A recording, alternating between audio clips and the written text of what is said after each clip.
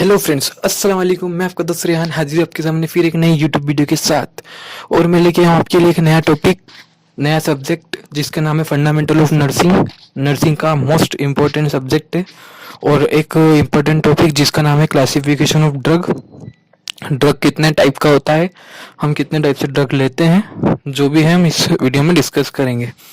ठीक है, हम स्टार्ट करते हैं। काफ़ी टाइम बाद मैं वीडियो बना रहा हूँ। और जैसा कि आप देख सकते हैं ये जो राइट आई है उसमें थोड़ी स्पेलिंग है, कुछ काटने की वजह से, तो आप थोड़ा इग्नोर करना उसको। लेकिन फिर भी मैं आपके लिए वीडियो बना रहा हूँ। अभी वीडियो इसलिए नहीं आ रही थी क्योंकि मेरे एग्ज़ाम अभी नज़दीक में ही है, मार्च में मेरे एग्ज़ाम है, इसलिए मैं वीडियो नहीं बना पा रहा हूँ। लेकिन फिर भी मैं आपके लिए टाइम निकाल के वीडियो बनाने की कोशिश करूँगा। बहुत प्यारा टॉपिक लेके आऊँ, क्लासिफिकेशन ऑफ ड्रग। क्या होता है क्लासिफिकेशन ऑफ ड्रग? जैसे कि आप देखते हैं आमतौर पर अपन सभी हर कोई इंसान टेबलेट या कोई मेडिसिन लेता है किसी बीमारी के चलते। तो हमें सिर्फ इतना पता होता है कि हम एक मेडिसिन ले रहे हैं किसी बीमारी के चलते, पर ये नहीं पता होता कि किस लिए ले रहे हैं, क्या बीमारी है, हमें मेडिसिन किस टाइप की है। तो इस वीडियो में मैं आपको कोशिश करूँगा पूरा क्लियरली बता पाऊँ, पूरी कोशिश करूँगा। मेरा मेन फोकस आपको अच्छे से समझाने का होता है, ना कि कोई थ्योरी पढ़ाने का। मेरा फोकस ये होता है कि मैं हर ऐसे व्यक्ति को भी पढ़ा सकूं जो कि अनएजुकेटेड है, जो कि इंग्लिश नहीं समझ पाता है, हिंदी में भी समझने में दिक्कत आती है। मेरा फोकस उन पे ज़्यादा होता है कि वो भी समझ सकें, जो कि इस फील्ड से नहीं है, वो भी समझ सकें कि मैं क्या पढ़ा रहा हूँ और किस क्या क्या जानकारी दे रहा हूँ। ठीक है, तो हम स्टार्ट करते हैं क्लासिफिकेशन ऑफ ड्रग। पहला पॉइंट मैंने लिखा है types and form of drug, यानी इंट्रोडक्शन टाइप ही है ड्रग क्लासिफिकेशन का। तो हम पढ़ते हैं, आई होप आपको दिख रहा होगा अच्छे से। ड्रग में be classified in several way. Drug को कई वे में क्लासिफाई किया गया है according to the chemical composition, clinical action and therapeutic effect. According to the chemical composition, इसका मतलब ये हुआ कि जब हम कोई भी ड्रग लेते हैं, मान लो पेंटापेराजोल। पेंटापेराजोल क्या है? गैस के लिए टेबलेट आती है पेंटापेराजोल। तो उसकी केमिकल कंपोजिशन क्या होगी? गैस्ट्रिक होगी। वो एक अलग केमिकल कंपोजिशन का हो गया, गैस्ट्रिक हो गया। और हम एक टेबलेट लेते हैं एमोक्सिलिन। या तो आपको कभी कोई लग जाती है, इन्फेक्शन हो जाता है, चोट लग जाती है, या कुछ घाव वगैरह पस फॉर्मेशन होता है, तो उसमें हम एमोक्सिलिन लेते हैं। तो वो एक अलग केमिकल कंपोजिशन की टेबलेट हो गई।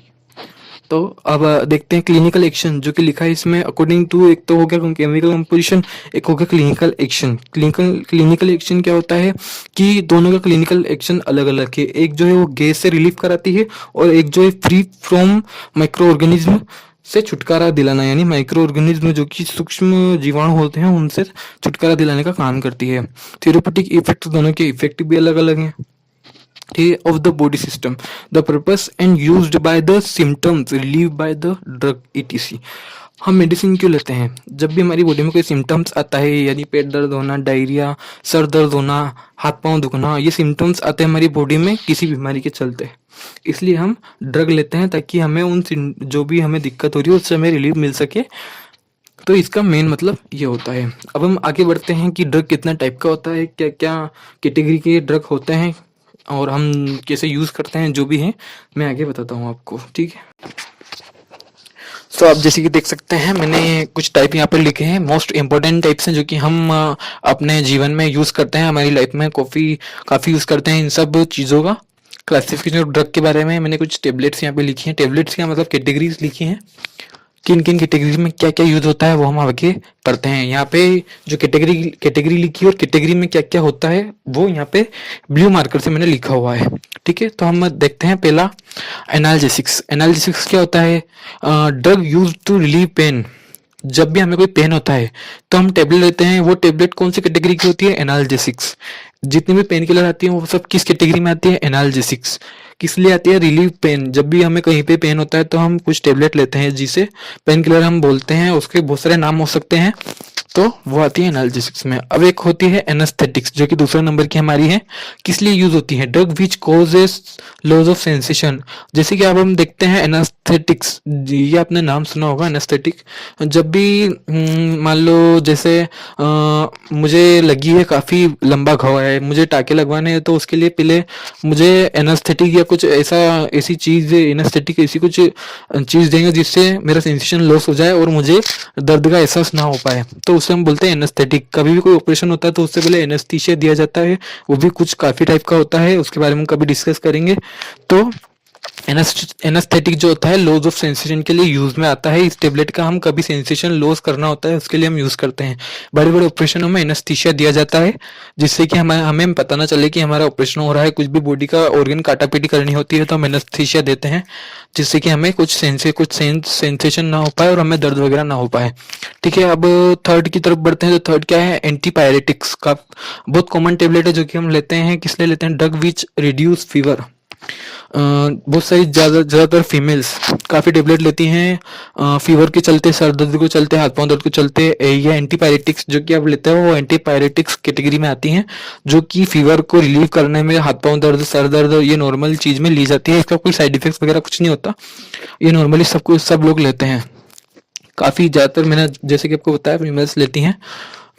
और फोर्थ नंबर पे एंटीडोट्स, ये आपने कम सुना होगा। जैसे कि इसका मतलब क्या होता है, substance use to a contract the effect of poison.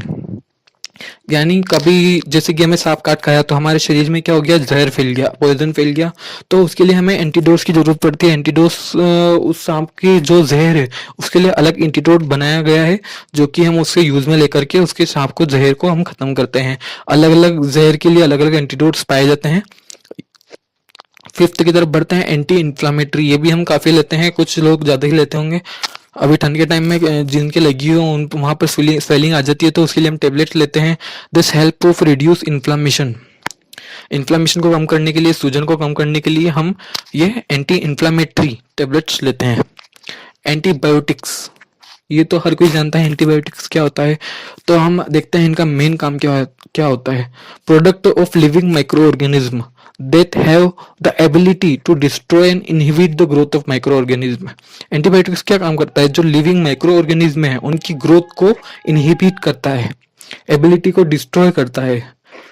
Inhibit करना यानी उसकी एबिलिटी को कम करना, डिस्ट्रॉय करना, मारता नहीं उन्हें, सिर्फ उनकी एबिलिटी को कम कर देता है और उन्हें रोक सकता है। ठीक है, अगला सेवेंथ पॉइंट है हमारा antiseptic. Antiseptic a substance that inhibit the growth of bacteria. Micro organism अलग हो गए और बैक्टीरिया अलग होते हैं। ठीक है, कभी आपको विस्तार से माइक्रोबायोलॉजी का सब्जेक्ट आता है, ये माइक्रो ऑर्गेनिज्म और बैक्टीरिया हम उसमें पढ़ते हैं माइक्रोबायोलॉजी में। तो एंटीसेप्टिक किस लिए आती है, ये जो बैक्टीरिया है उसकी ग्रोथ को इनहिबिट करती है, उसकी ग्रोथ को रोकती है। ठीक है, ये था हमारा छोटा सा टॉपिक। और भी काफी सारे टाइप्स एंड कैटेगरी के आप अगर बोलेंगे, कमेंट करेंगे तो मैं इसका और कोई पार्ट बनाऊंगा जिसके बारे में हम और अच्छे विस्तार से डिस्कस करेंगे, पूरी जो भी इसमें कैटेगरी दी गई है उसके बारे में। तो मिलते हैं ऐसी किसी नई वीडियो के साथ। तब तक के लिए आप ये वीडियो को देखिए, शेयर कीजिए, लाइक कीजिए, सब्सक्राइब कीजिए, जितना हो सके सपोर्ट कीजिए। ठीक है, मिलते हैं ऐसी किसी नई वीडियो के साथ। तब तक के लिए till then bye bye, take care, bye bye.